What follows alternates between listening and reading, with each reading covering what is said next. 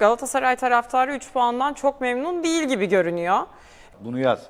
Güzel kardeşim. Galatasaray takımı Türkiye'nin sefiri, Avrupa'nın sefili olacak. Oo, manşeti verdi. Bak göreceksin. Galatasaray uçmuyor, kaçmıyor ama bazıları uçuruyorlar takımı. Takım şöyle, takım böyle, öyle yapacağız, böyle yapacağız. Galatasaray taraftarı çünkü yıllar önce alışmış Avrupa kupalarında başarıya, şimdi başarısız olunca mutsuz oluyor. Çok da doğal. Çünkü lig bizim seviyemiz değil. Oyuncuların yüzüne baktım.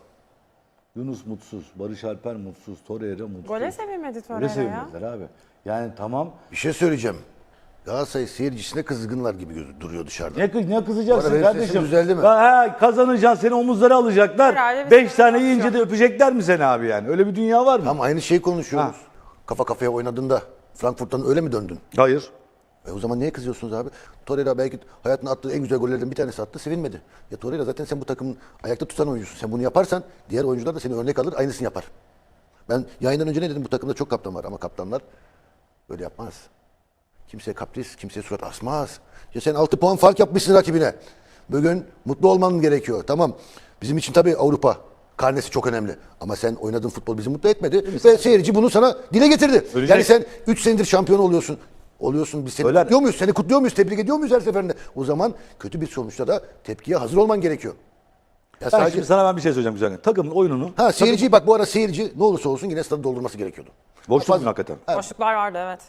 Ama tandem uyumu ve dörtlü uyum futbolda çok önemli.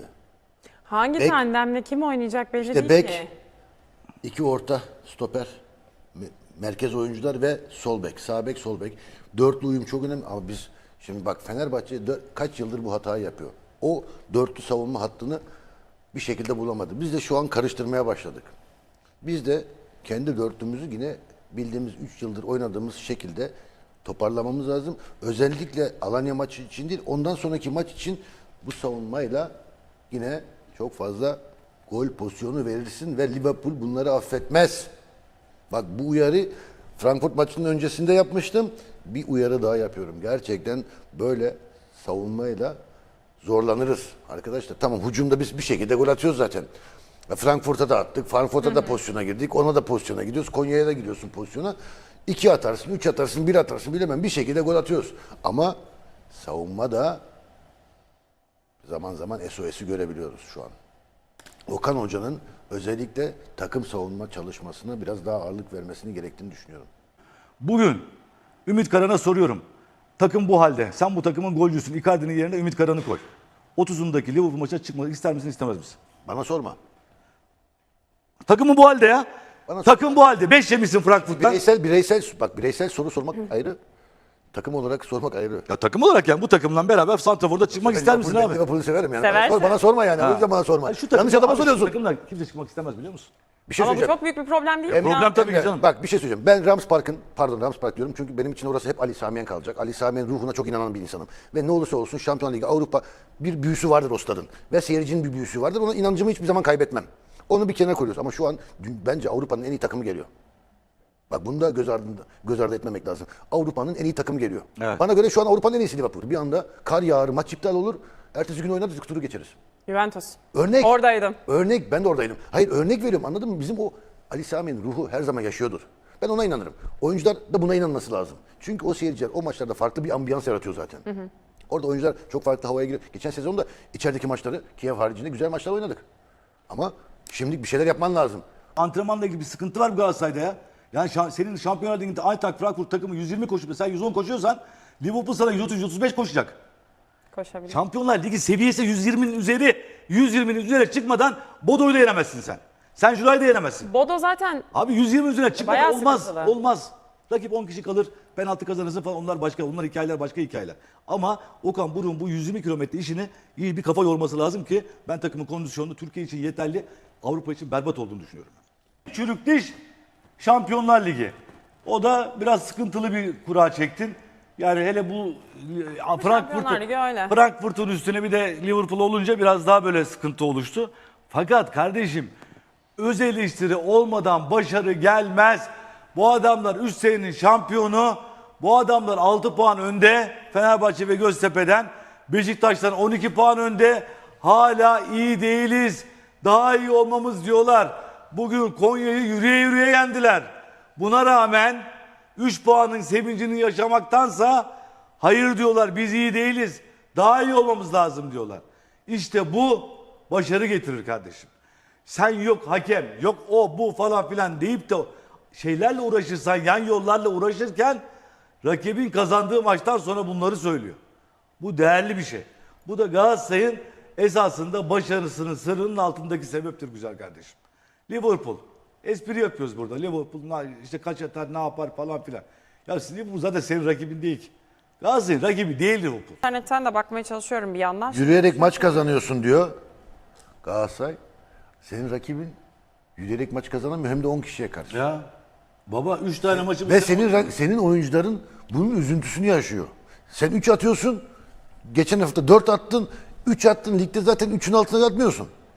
Onun mutsuzluğunu bu oyuncuların sahaya yansıtması güzel.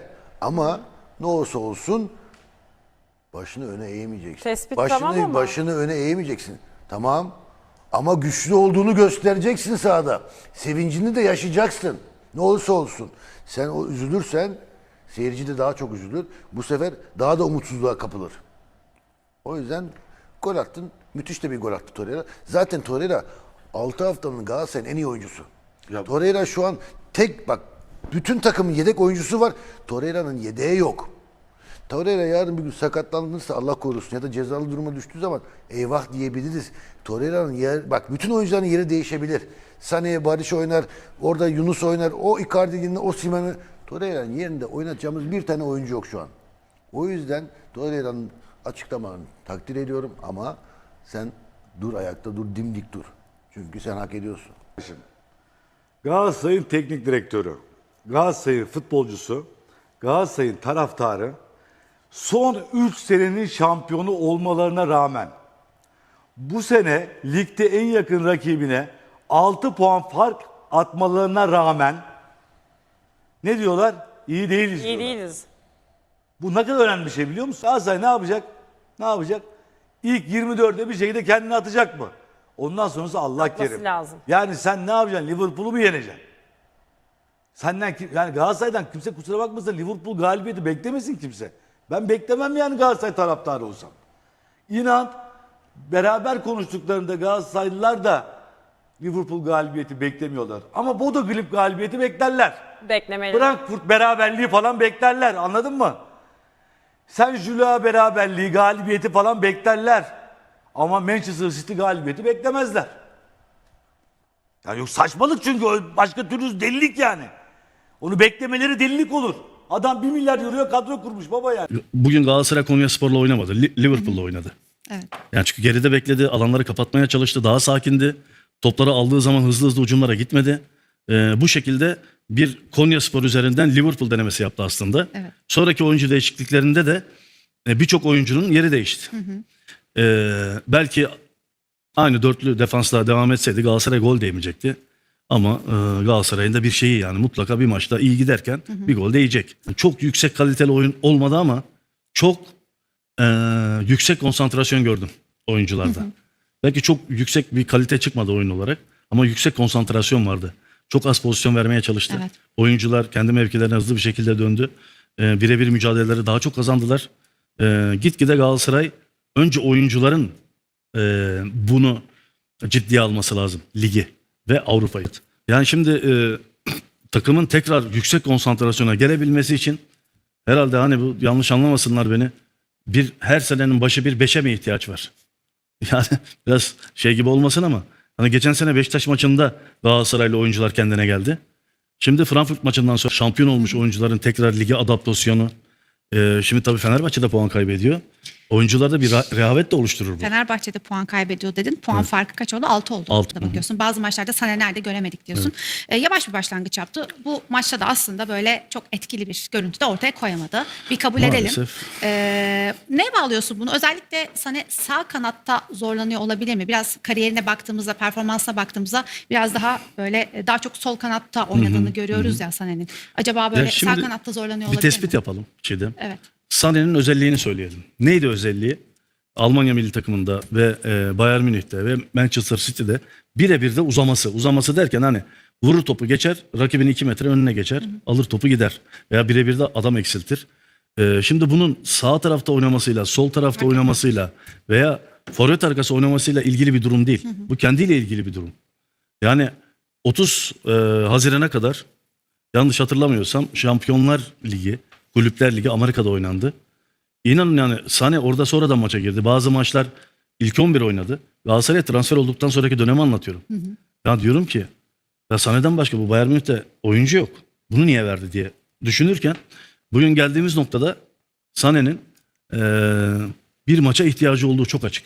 Tabii birebir tanımadığım için şimdi Sané'yi duygusal yapısı nasıl? İçine kapanık mı? Lider bir oyuncu mu? Yani bunu Okan Hoca çözecek. Onu söyleyeyim. Evet. Yani Okan Hoca ve taraftarla birlikte Leroy Sané'nin Galatasaray'a kazandırılması lazım. Çünkü Galatasaray'ın önünde çok önemli maçlar olacak. Tabii ki Liverpool maçı Galatasaray'ın en büyük hedef maçı değil. Yani Liverpool'a yenilsen de kimse bir şey demez. Evet. Ama Yenilmesek ondan iyi sonraki olur. maçlar kendi kalibresindeki oynayacağı takımlar maçında Leroy Sané'nin ön plana çıkması lazım. Evet. Galatasaray'ın buna ihtiyacı var. Leroy Sané'nin de var. Yani bu oyuncu kaybedilmemeli. Bu oyuncular kolay kolay gelmiyor ülkeye.